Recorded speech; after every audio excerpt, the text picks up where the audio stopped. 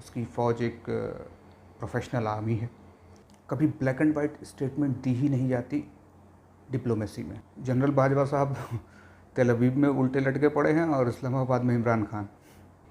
कसाब को बिरयानी खिला दी महीनों तक महमूद अब्बास साहब। उन्होंने अभी तक इजराइल को कंडेम नहीं किया है। नमस्कार दोस्तों, मेरा नाम है अविनाश त्रिवेदी और आप देख रहे हैं अवीज़ रिएक्शन। दोस्तों, आज मैं बात करने वाला हूँ सोशल मीडिया पर फैली हुई अफवाहों का कि इज़राइल और इंडिया की बहुत अच्छी दोस्ती है। अभी तक दोस्ती थी। इज़राइल ने बहुत बार इंडिया की मदद की है और इंडिया ने आज उसका साथ नहीं दिया, उसके पक्ष में स्टेटमेंट नहीं दिया। दोस्तों, दो बातें हैं। पहली बात तो जो अल-अक्सा मस्जिद में इज़राइल के ने जो भी वाक़या हुआ अल-अक्सा मस्जिद में, और उस बात पे फ़लस्तीन को जो तकलीफ़ है, जो फ़लस्तीन को बुरा लगा, अल-अक्सा मस्जिद में जो भी हुआ, चाहे इज़राइली फ़ोर्स के लोग, पुलिस के लोग वहाँ घुसे, ये इज़राइल और फ़लस्तीन के बीच का मामला है।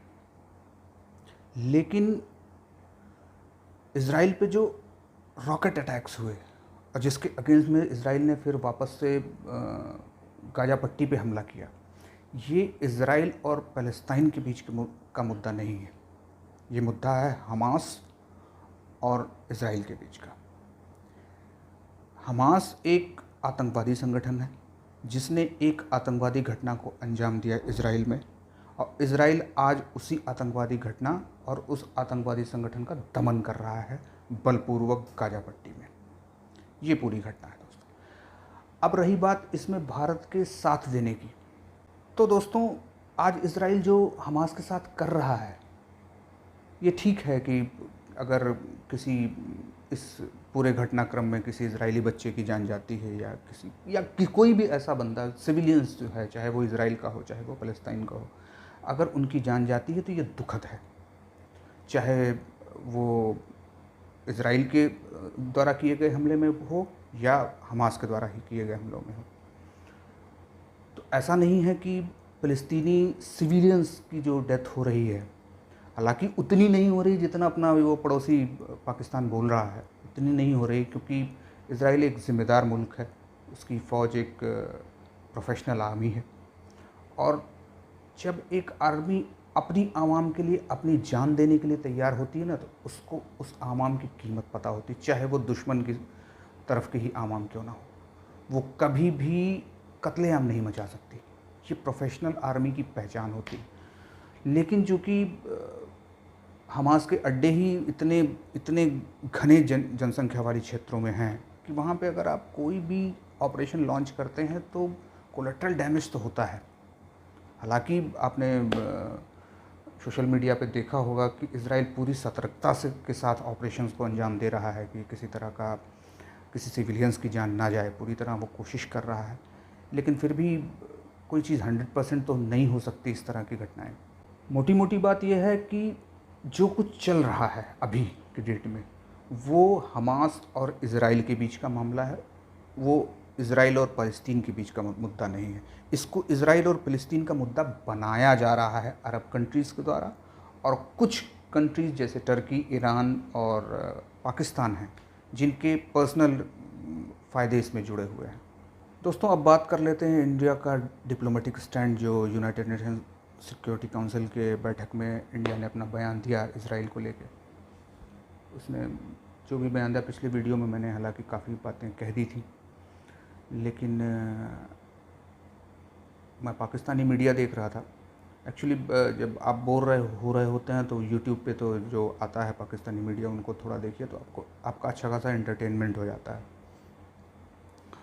तो वहाँ पे एक मोहतरमा थी, उनका नाम मैं नहीं लूँगा, वो जो है इसी तरह का बयानबाजी कर रही थी कि इज़राइल का साथ इंडिया ने छोड़ दिया, बुरे वक्त में इज़राइल का साथ नहीं दिया। तो सबसे पहले तो मैं ये बता दूं कि जब कोई स्टेट एक डिप्लोमेटिक स्टेटमेंट देता है तो वो स्टेटमेंट कभी ब्लैक एंड वाइट नहीं होती। कभी ब्लैक एंड वाइट स्टेटमेंट दी ही नहीं जाती डिप्लोमेसी में, इसलिए इसको डिप्लोमेसी कहते हैं। और दूसरी बात यह है कि जो स्टेटमेंट देना दोस्त होने की गारंटी नहीं है। अगर सिर्फ स्टेटमेंट दे देना ही दोस्ती की गारंटी है तो इस समय पाकिस्तान से बड़ा दोस्त तो फ़लस्तीन का कोई है ही नहीं, क्योंकि गाजा पट्टी से ज़्यादा मातम तो पाकिस्तान में मच रहा है। वहाँ रो बिलख रहे हैं लोग। अब दूसरी बात कि diplomatically United nation security council में इंडिया ने फ़लस्तीन का सपोर्ट क्यों किया। देखिए, हर स्टेट की कुछ डिप्लोमेटिक पॉलिसीज़ होती हैं, विदेश नीति होती है, जिसके थ्रू वो अपने जियो पॉलिटिकल सिचुएशंस को में जो भी उसके रिलेशंस होते हैं डिफरेंट कंट्रीज़ के साथ, उनके साथ उन रिलेशंस को वो मेंटेन करते हुए भी ही स्टेटमेंट देता है। और जैसा कि मैंने बताया कि स्टेटमेंट देना किसी दोस्ती निभाने की गारंटी नहीं होती है। अगर पाकिस्तानी ये देखना चाहते हैं कि इंडिया इजराइल के साथ कैसी दोस्ती निभाता है या दोस्ती है कि नहीं है, तो ये फोकट में देखने को नहीं मिलेगी।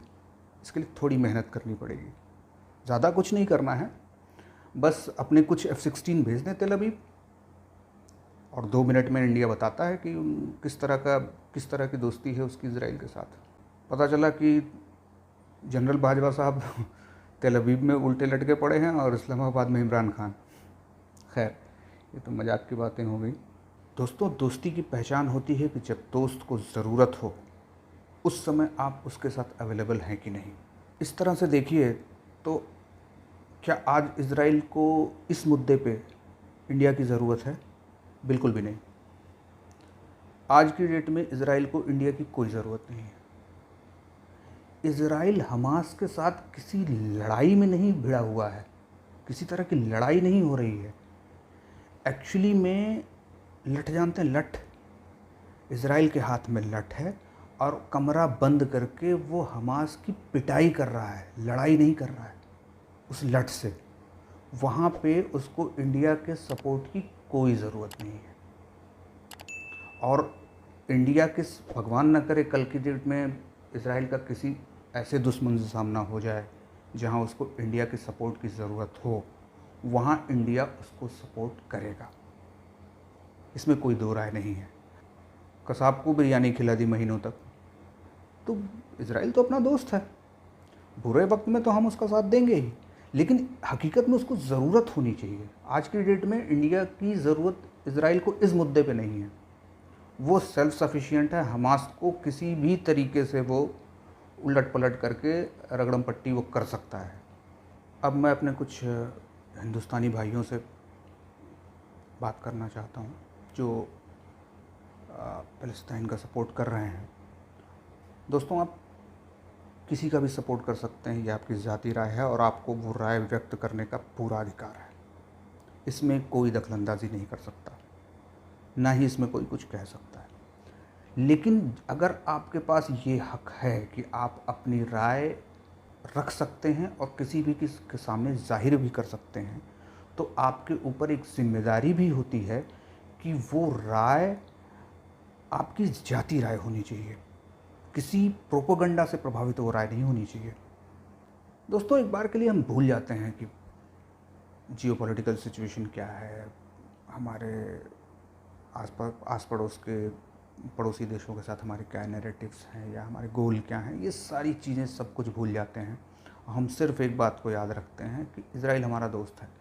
ऐसे में एज ए इंडियन सिटीज़न हमारे पास 10 वजह हैं, 10 से ज़्यादा वजह हैं जिस वजह से हमको इजराइल को सपोर्ट करना चाहिए। लेकिन जो लोग फ़लस्तीन को सपोर्ट कर रहे हैं, आप उनसे पूछिए कि फ़लस्तीन को सपोर्ट करने की क्या वजह है।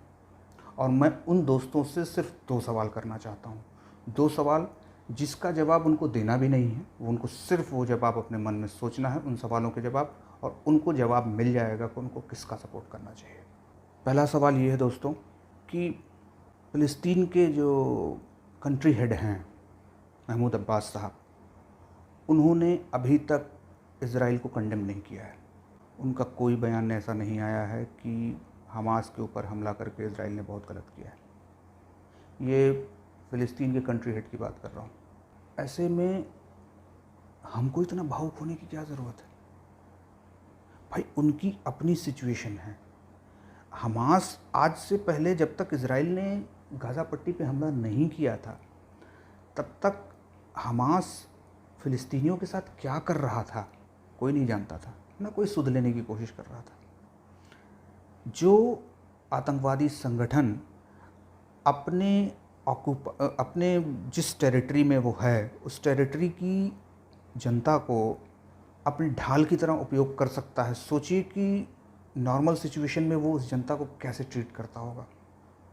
आपको ऐसा नहीं लग रहा है कि इज़राइल कहीं ना कहीं फ़िलिस्तीनी लोगों को हमास की चुंगल से छुड़ाने की कोशिश कर रहा है? दूसरी बात, कश्मीर तो हमारा मुद्दा है ना, कश्मीर तो हमारा अपना मुद्दा है।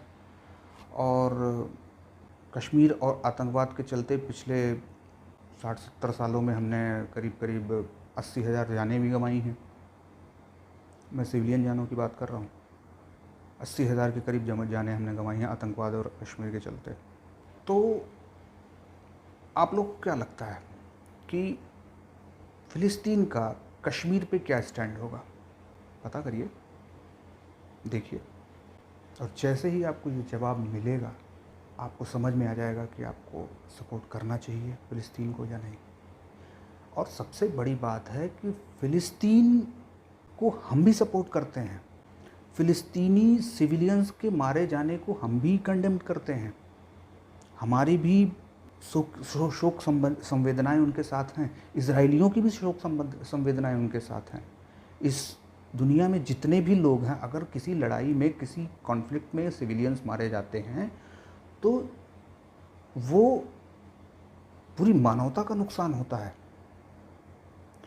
उसके लिए हम दुख व्यक्त कर सकते हैं, लेकिन क्या इस भावनाओं में पड़ के हम अपने देश को दांव पे लगा सकते हैं? मेरा नहीं ख्याल है कि हम लगा सकते हैं। बस दोस्तों, ये बातें मुझे आपसे करनी थी। और सोशल मीडिया पे और पाकिस्तानी न्यूज़ चैनल देख के थोड़ा सा मुझे लगा कि आप लोगों से इस बारे में थोड़ी सी चर्चा कर ली जाए। आगे जो भी होगा इस घटनाक्रम में, आगे भी अपनी बातों को आपके सामने ला के जाहिर करता रहूँगा। तब तक के लिए इजाज़त दीजिए। जय हिंद।